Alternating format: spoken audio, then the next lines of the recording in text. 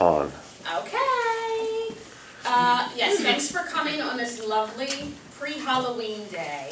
Thank you, Claudia, for the decorations. I appreciate it. So we're going to talk today about, what are we doing? Elder abuse, fraud prevention, and what's the other one? Oh my God. I'm doing the in-service. Neglect. Talking about. Neglect. Okay, thanks, Sam. So I'm going to talk quickly first about, you know what, I'll just go in order like I was going to do it. Elder abuse obviously is a problem in the community. Elder abuse is a term referring to any knowing, intentional, or negligent act by a caregiver, family member, or any other person that causes harm or a serious risk of harm to older people. So that's why you have your chart, the pie graph. I found this very interesting when I was doing my research. So they did a breakdown of perpetrators, and the biggest one that they're abused is from their own adult children. And that was pretty interesting and actually quite sad if you think about it. Next would be their spouse, grandchildren, other relatives, parents, siblings, service provider, and then the 1% are like the unknown people to them. So types of abuse can be physical, neglect, abandonment, emotional, self-neglect, sexual, financial exploitation, which is the most type of abuse case with the elderly, and spiritual. So 5.2% of seniors are financially exploited.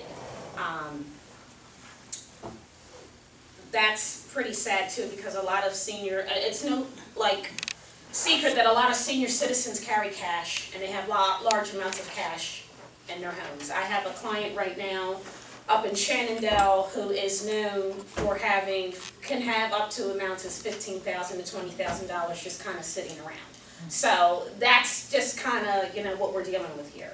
So I'll go one by one. I'll talk about the physical neglect and abandonment, and I'll give you guys some stories. I did try to get a lady today to speak from Adult Protective Services, because she had obviously some interesting stories. But I spoke with her a while on Saturday for like an hour, and she kind of gave me just a little tidbit of what they do when they go out to the home, so I'll briefly touch that when we get there. Okay, so physical abuse, the use of non-accidental physical force that may result in bodily injury, physical pain, or impairment. Obviously, if it's physical abuse, you're causing pain to them. It can be something as simple as grabbing them out of anger, obviously hitting, kicking, slapping, even leaving them in the bed or in a wheelchair for long periods of a time, knowing that you're intentionally doing them harm. And I used to work in nursing home and assisted living, and you kind of see stuff. I've seen people grab them, aggressively, so we're talking about stuff like that. And then obviously it leaves bruises, because people that are older, their skin is very fragile, and they're, it's just a big mess. So, let me think. Did anybody have a story about seeing any kind of physical abuse? Because I know that's kind of a touchy subject. Does anybody want to share anything? Because I have lots of examples, but I can bore you. Go ahead, I had Sharon. one a couple years ago. She was bedbound, and her son was somewhat mentally ill, and he threw things, but he never threw them right at her, but he threw them near her, and we finally had to get protective services in there, and they took her somewhere, and I don't know where they took her. Okay, so. And he was kicked out of the apartment. Yeah, a little scary.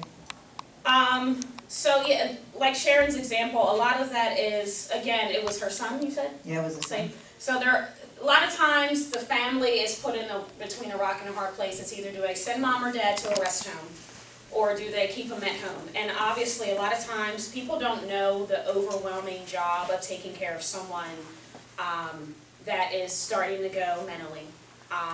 They need a lot of extra care, like cleaning up their bed and stuff like that, and it's a lot of work, and they become extremely frustrated and overworked, especially if it's just one person running a show. If they have other siblings that maybe can't come, and then they get frustrated, everything's kind of put on them.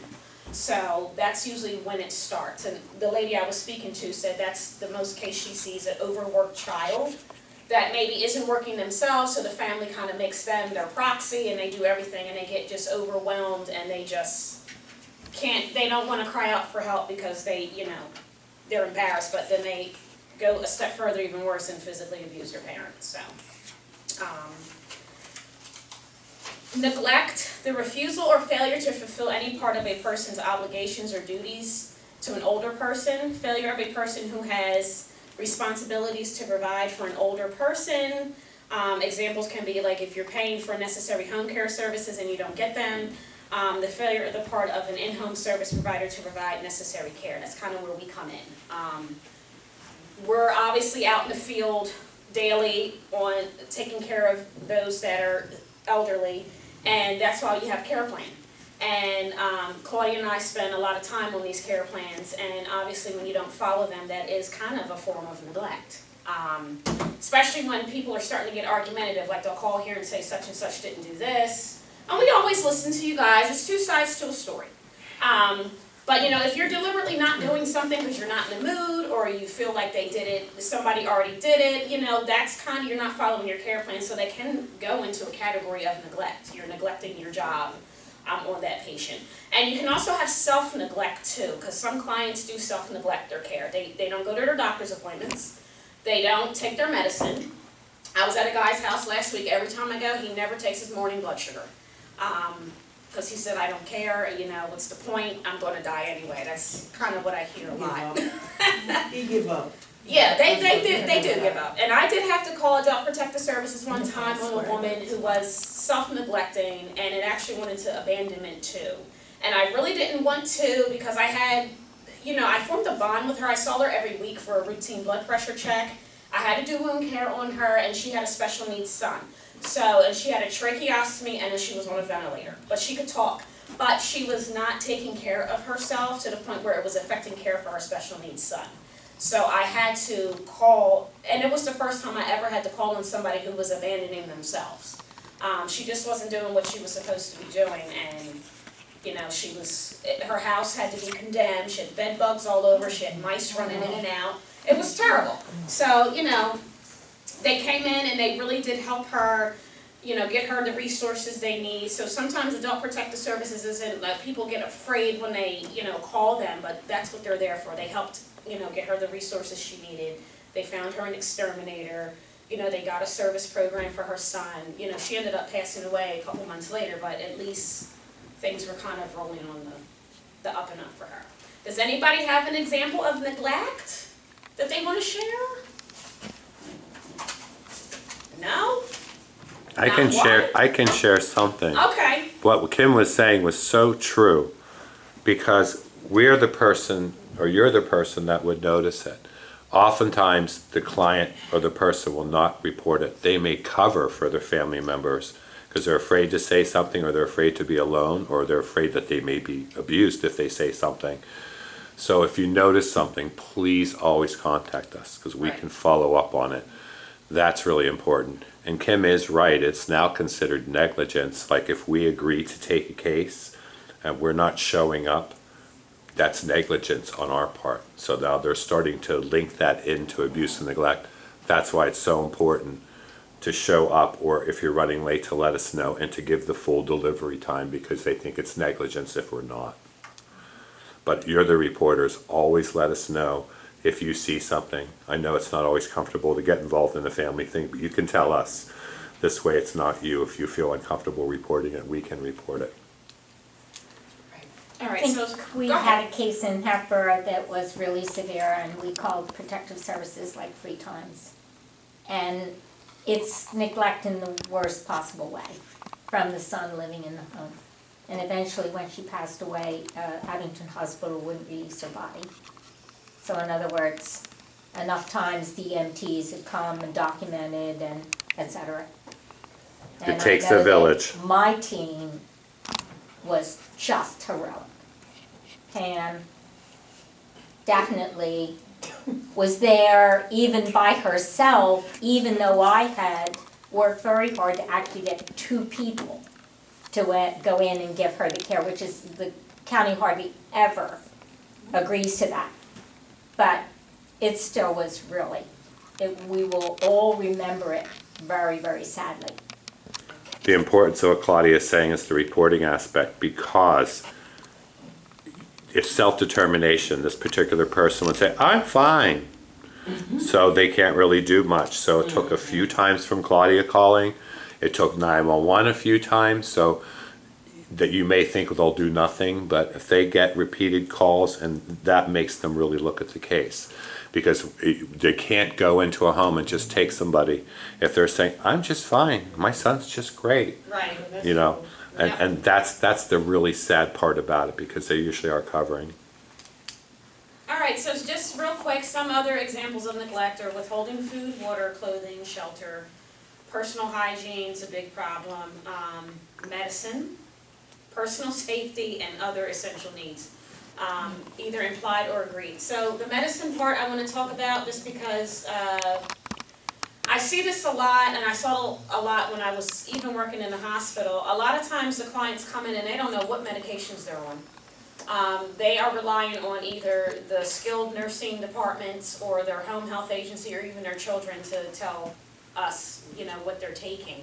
And half the time they don't know what they're taking, or we find out that people are taking their stash. Obviously with the opioid crisis right now, this is becoming a big problem. I know Johnson & Johnson's being sued left and right over this narcotics problem. And a lot of senior citizens, especially end-of-life care, a lot of hospice nurses have a lot of responsibility with constantly keeping up with these narcotics. I know fentanyl's becoming a big problem now. The patches, the seniors are coming in with the patches on, and sometimes they have 3 or 4 on them because they don't remember to take them off. So they're getting a high dose of fentanyl, or the fentanyl patches can't be accounted for. So that's becoming a problem. And then personal hygiene, a lot of times, you know, a lot of them don't get baths every day. So they rely on us to come and give them a bath, you know, and then, you know, if they refuse, you know, and then the family comes in and says, hey, you know, Grandpa smells today, your aide was here, and then they'll say, well, you refuse, well, you can't listen to Grandpa because he doesn't know. So that's kind of where it gets slippery. Yeah. Some of them will fight you if they don't want it. So Right, you and can't some of them, force it's too much work for them to get a bath, and they don't want it. Yeah, No, they will so, fight you and tell Oh, you, yeah. no. I mean, I have one that I'm the only one that's giving them in my bath when I go in. You Right. don't want anybody to do it. and sometimes I they don't- do that, they only want one Yes. aide, or, I don't mind. right, I don't mind, so I'll do it. So, right, right. you know, so that's it. I have one that gets to work 6 in the morning, and she is all dressed and ready and handicapped. I know. And I'm like, oh, I heard you get up and dress ready. And she never she don't want to take a bath. So she tried to beat me before I It's get a lot up. of work for them to take a bath. Or, and they're embarrassed, sometimes they're embarrassed, you know, you shower yourself for how long by yourself, and then all of a sudden you That get a is broken not leg, and then somebody embarrassment, that has. is just she don't I want. have one, don't care what it is. Yes. He like a bath. Right, Every and day, some people look he forward would to their like a baths. bath. Every day before breakfast. Right, Man gets a Every bath day. every day. One single one. He In loves my the van. alright, so the next Hi, one is, abandonment, so that's the desertion of an older person by an individual who has assumed responsibility for providing care and support for an individual or a person who has guardianship and administration responsibilities for an older person. So as I was talking to this lady from APS on Saturday, this is the one she sees a lot of, abandonment. You want to do the care, but then you're really not doing the care, and that's kind of going into fraud. She gets a lot of phone calls, she says, a lot of times from family members that have these home health agencies. Not even just home health, like a skilled nurse might come out, supposed to do some wound care, and they don't show. Or, you know, there's an allotted time, like Sam had said, we're responsible for a certain amount of hours, and then people aren't coming, they're not showing up, or they're shorting the hours, and then they're fraudulently documenting. And that's obviously a big problem with a lot of home care. So again, and then patient abandonment in the hospital is if you leave your shift before you signed out to the next person. I've kind of gotten stuck doing that. Oh, it's brutal, especially if you're working an overnight and your relief does not show up at 7:30. Who has to stay? So that got old really fast. But anyway, if you leave that shift and that's not fulfilled by the next nurse or whoever, that is patient abandonment and you will be reported to state board. So, again, same thing in home care. If you leave your shift, and especially if you don't call us, that's a form of abandonment, it's neglect, and it's also fraud because you didn't let us know. So that's why, sometimes you guys get us a call and like, hey, you're supposed to be there for 3 hours, you're only there for 2.5. Most of the time you hear from the schedulers first, and then if, it'll roll over to Claudia and I and even Sam if it gets to that point. So, that's why you have to just be very mindful of reading your care plans and sticking to those hours. We understand sometimes people say, hey, you know what, you're done for the day, I'm tired, you can go home, but you have to let us know. So, does everybody kind of understand that? I see my tush right there. I sit right there. That's like, you can go. I'm like, no, I can't. Because I have to clock out. Right. I mean, if they're really like forcing you, just give us a call. I mean, but, if they're really not coherent, they're kind of doing it, just stay. And also another one, which was interesting, I never thought of, people will drop them off at like a food place or mall and just disappear for 4 or 5 hours, and people have been found wandering roads. And isn't that terrible? Drop them off. Yeah, they would drop them off, like at a supermarket, oh, I'll be back, and they'll be down Center City somewhere. And then the next thing you know, Grandpa's on the news because he's wandering down the road. I mean, that has happened, so that's an extreme case, but it has happened. So, I've seen it all, heard it all, and I'm sure just yesterday I had an interesting case that I opened, I was telling Claudia about. So, we've seen it all, we've heard it all. What you think has happened probably has happened. So, emotional abuse, this is the one that really is bad. I think this is a little worse in my opinion than physical abuse. It's the infliction of anguish, pain, or distress through verbal or nonverbal acts. And to me, that's a category of brainwashing sometimes. Obviously, emotional abuse, an overworked caregiver can get frustrated and then you're just spouting things off at the mouth. And, that hurts their feelings a lot. And sometimes the way you might talk to somebody, you might think that you're not yelling at them, but they might think you're yelling at them. And obviously, if you're using obscenities to them or racial slurs or something, it's making them feel horrible. That's emotional abuse. And it's really, really, to me, it's worse than physical. Because, words do hurt people, so we just have to be very careful about what we're saying to people and how we're saying it. It's all about perception sometimes. So, anybody have examples of that? I don't know. When I'm online alone getting emotional abuse, they abusing me. Yeah, now they do sometimes abuse the staff. Absolutely. Yes, I agree. I go in there and was like, oh, you're the one that take my cold out. I'm looking like, you see the bag that I bring? What I can put in that bag? Right. You better go and find it. I'm looking like, what? That's caregiver abuse. But It is. emotional abuse That is the question. emotional abuse from families are really very real thing though. Yeah, emotional abuse is like when someone, maybe somebody incontinent had an accident and caregiver's stressed out and says, really gets mad at them for it, scolds them for that, and they couldn't help it. That's emotional abuse. Oh, Yeah. no, then I get a lot from them. Yeah, and sometimes they're being emotionally abused by somebody else, and then it comes off to I you. know. I mean, I think all of us here have been insulted by a As I come client. in, sometimes it just sit down and said, what did I do? I just Right. got here. You're like a sounding board then to them, so. Some examples are verbal assaults, obviously, insults, threats, intimidation, that's a big one with the senior population. Humiliation's another big one. Harassment, treating an older person like an infant. I know a lot of people, we actually got in trouble in nursing school if we were heard calling somebody older than us honey, babe, sweetie. It's insulting to them, believe it or not. I had a very strict nursing teacher. If she heard it, you were written up. So she said, do not ever refer to somebody as that. They have names. So. But sometimes the other way around too. Right, and if, now some of them can call you babe or hun and make you uncomfortable, you just correct them, hey, my name is Charmaine, and I'm here I to was do like, go whatever. ahead, whatever, float Right. your boat. Right. Not doing anything to me. Right, but some people, just keep that in mind, some people, especially You know, the infant thing I thought was interesting, that wording, because I had seen a lot of this when you're, you know, giving them a bath, or, you know, even the way you're stroking them, they might think, you know, what are you doing? I'm not a baby, you know, so. Isolating an older person from his or her family, friends, or regular activities. Giving an older person the silent treatment or forced social isolation. So, you know, if grandma wants to go out to the mall and socialize with friends, and you're deliberately saying no, you know, that's emotional abuse, you know, especially if there's no valid reason why they can't go. So, I told them, like I said, this person allowed to go outside, they can go outside by themselves. right, But sometimes they wanna go. yeah.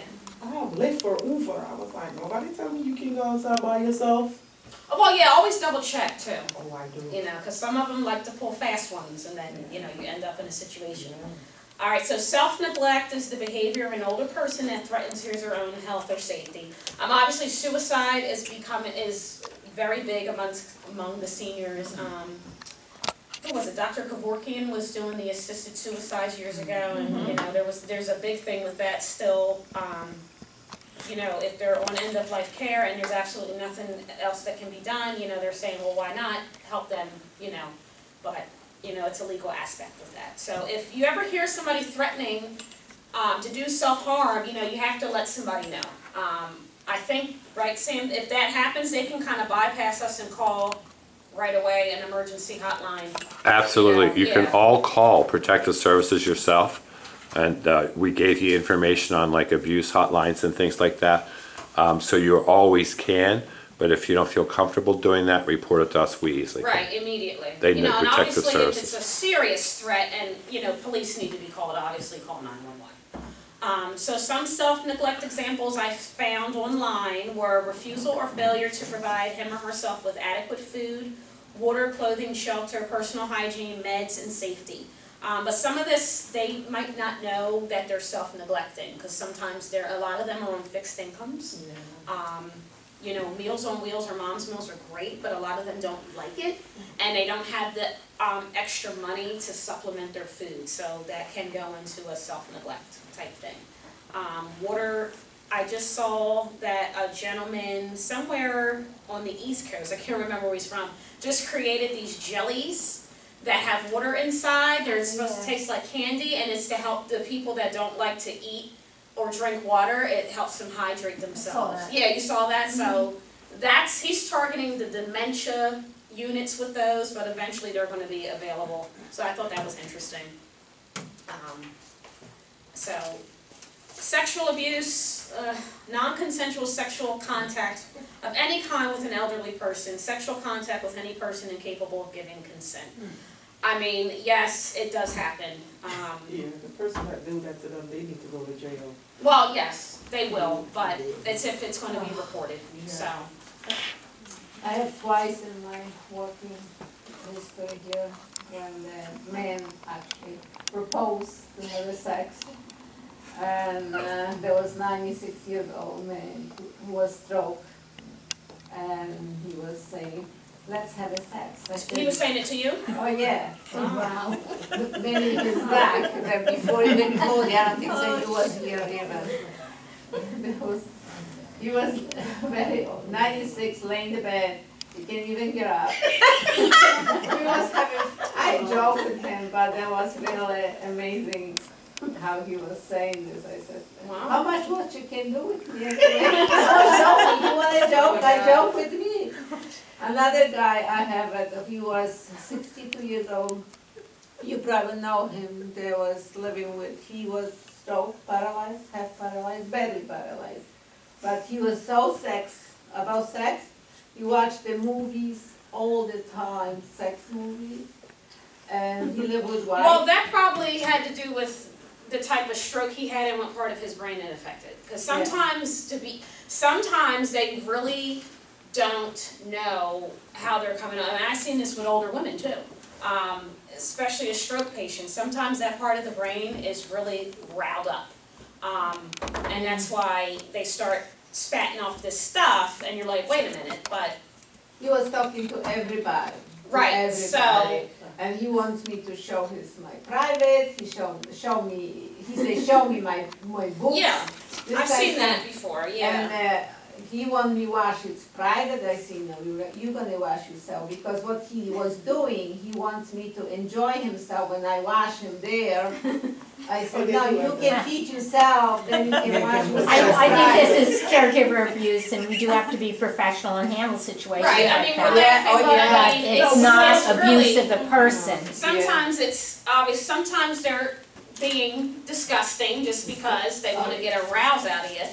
Or sometimes they Frontal really lobe. don't, yes, Frontal lobe damage dementia. is Loss of bad. I inhibition. had some of them too, I just like, oh, okay, whatever. Yeah, or Like some I are said, just, yeah, just don't do trying to see how anything. far I they know. push boundaries. I was Okay, smart. I think One we're thing not that was focusing smart. though on the real issue, and that is that older women in nursing homes have Yeah, been they do raped. get, Yes. They've yeah, been, yeah. you know, and so we're talking about Them. abuse, that we're supposed to be more Yes. sensitive to what's happening. Yeah. If So we that's see why- bruises on them when we're Right. bathing them, that we don't have intelligent explanations for. You know, sometimes you can be good detectives by over time finding out some information, they'll trust you. And then they may begin to tell you some things that are very important for protective services to know. Right, especially if they're accustomed to getting a shower and then all of a sudden they don't want you to touch them in certain spots, that's always a red flag too.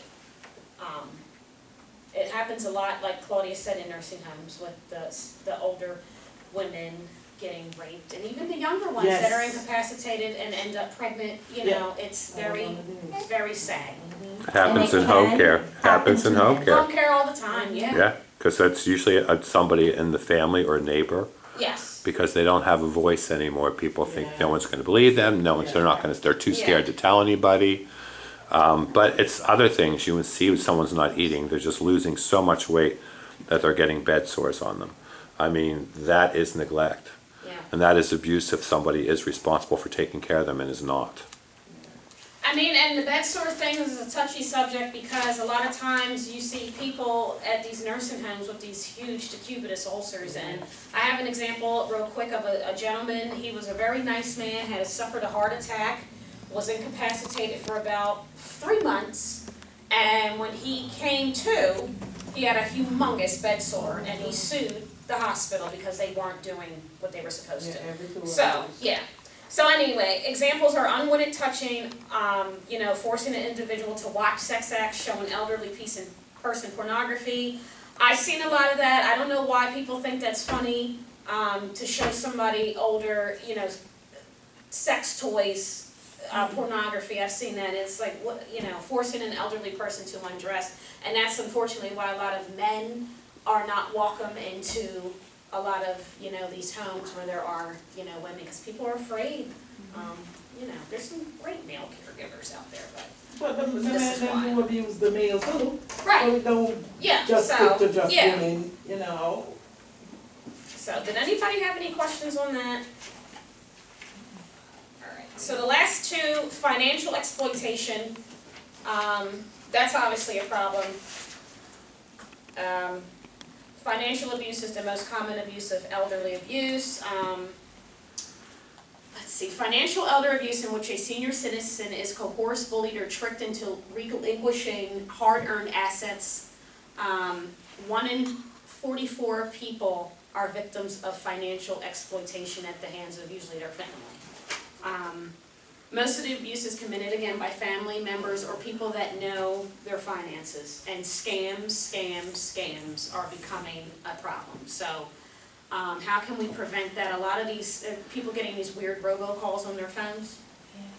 I think they've kind of stopped. No. But, they haven't? Oh, wow, okay, so they haven't stopped. So the robocalls is kind of how it can start, and this is fraud, obviously. It's somebody calling on the other end looking to, you know, hustle them out of a lot of money.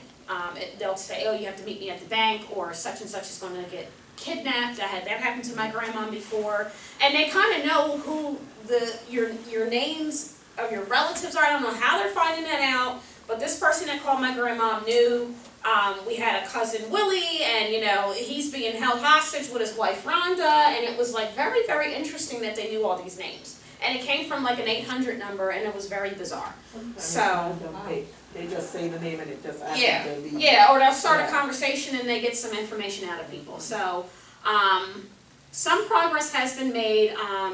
A lot of times what they're doing is, they always try to tell a family member that is suspecting that somebody in their family is abusing their finances. They always say maybe try to get a financial proxy at a bank. So again, I'll go back to the seniors have a lot of cash on them. A lot of times I see a lot with like the food shopping or taking them out to the mall. Don't take any money from a client. That's rule number one. That's actually in our handbook. Fortunately, we've had some cases where, they see you all the time, they want to give you a little extra, especially now with the holidays. I had one ask me, oh, well, I have 5 aides, I want to give them all $20 a piece. No, don't do that, because then that totally changes the nature of the relationship. Money is the root of everything, I always say, and people get very bizarre when money's involved, and obviously that changes your relationship, because then, if they start handing you a little 20 here, they're going to, then you'll expect it. And I had a very extreme case, a friend of mine, who also tried to be here, but she doesn't like to drive on highways. She actually just did her first report for Adult Protective Services for financial exploitation.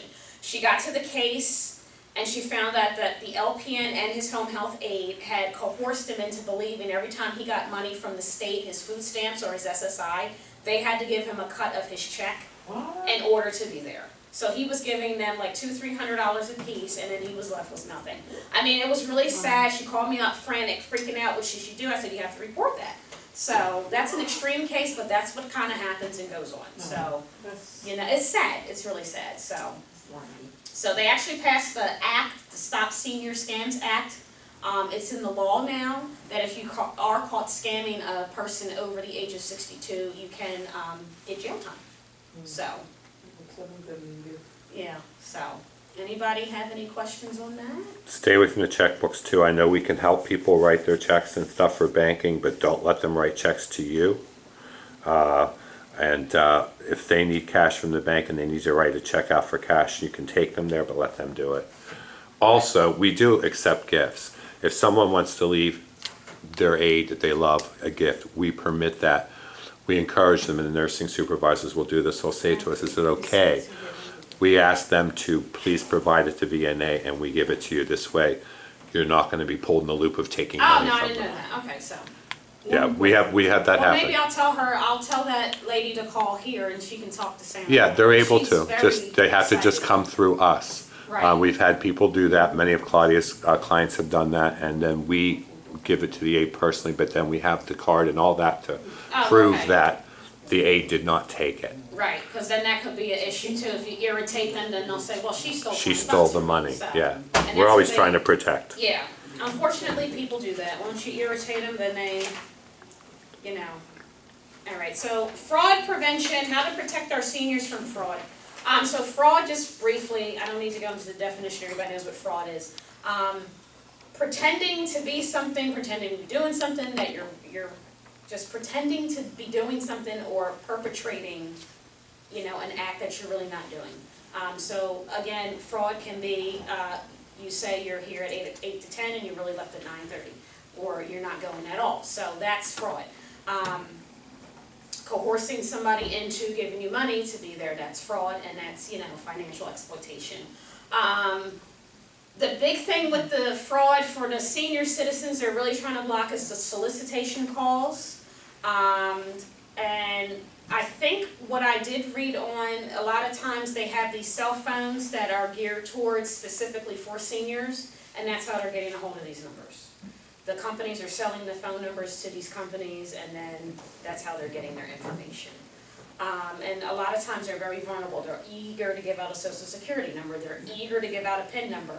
If you're taking them food shopping or you're taking them to the bank, I do have an aide that does banking with her client. She takes her to the ATM, but she noticed that she, had her PIN number written big as day on the back of her pocketbook. So it's like, you gotta be very careful. So that's a way you can prevent fraud, because anybody could come up and say, oh, hey, I'm Jim, remember me, I did your lawn, and then they're taking their money. So, just gotta be careful. And even the mail, they're soliciting them through the mail with the send me $20 to save, you know, the kid over here, so that's a problem too. You know, so, anybody have any questions? Another point about that that's interesting and new. If you see, and we've had clients that are very trusting, which is nice, we want them to be that way, and our workers are very trustworthy. We don't have a problem with this, fortunately. But if you see them leaving their ID and their credit cards, and please tell them to put it away. Oh, yes. Because they could have a nurse or somebody else coming out there, not from our agency, all it takes is a cell phone. Yeah. They're snapping the pictures of the information on their cell phone, they're not taking it. And then we find out later that you can usually trace the person that way though. Someone was paying their tuition from they phone snapped their credit card and they phone snapped the social security card. The So- cell phones are becoming a problem. Yeah, so that's when And he's, screenshotting is becoming a problem, Yes. and it's just becoming a problem. One- That's all I have to say about it. One that I deal with, he was like, stuff was shut down, and he have LifeLock or something, and they make a trace and trace what was going on, and you have to wait like about a month before they send back some check. Yeah, well, yeah, they take your money out so fast, but then you Yeah. have to wait, and you have to prove, and then get lawyers, and Yeah. it's a big mess. And all the time I So- say, make sure you're not giving out anybody your bank number or Right. your bank account. Make sure, and I was like, but you have all your faculty. I can't do nothing if you're gonna give people out your stuff. That's it. We do have clients here that we know, what do they say, a sucker's born every minute. We do have clients here that, you know, sit on the computer all the time and put credit card information in and, you know, but they're easily targeted, and a lot of them are just sad and lonely and depressed, and hey, if somebody on the computer is gonna give me 5 minutes of attention, you know, then why not? And then that's how the credit card information is It's given not that, in. they said they win some money. That's the Right. big thing. Oh, you win $500. Did you sign up for something to win $500? No. Right. So you wanna get $500 if you didn't sign up for something? You know? Yeah, so, So, that's it. alright. That's it. That's it. Thank you. thanks, everybody. Thanks, Tommy. Hope I didn't bore ya. Oh, I got a phone. Okay,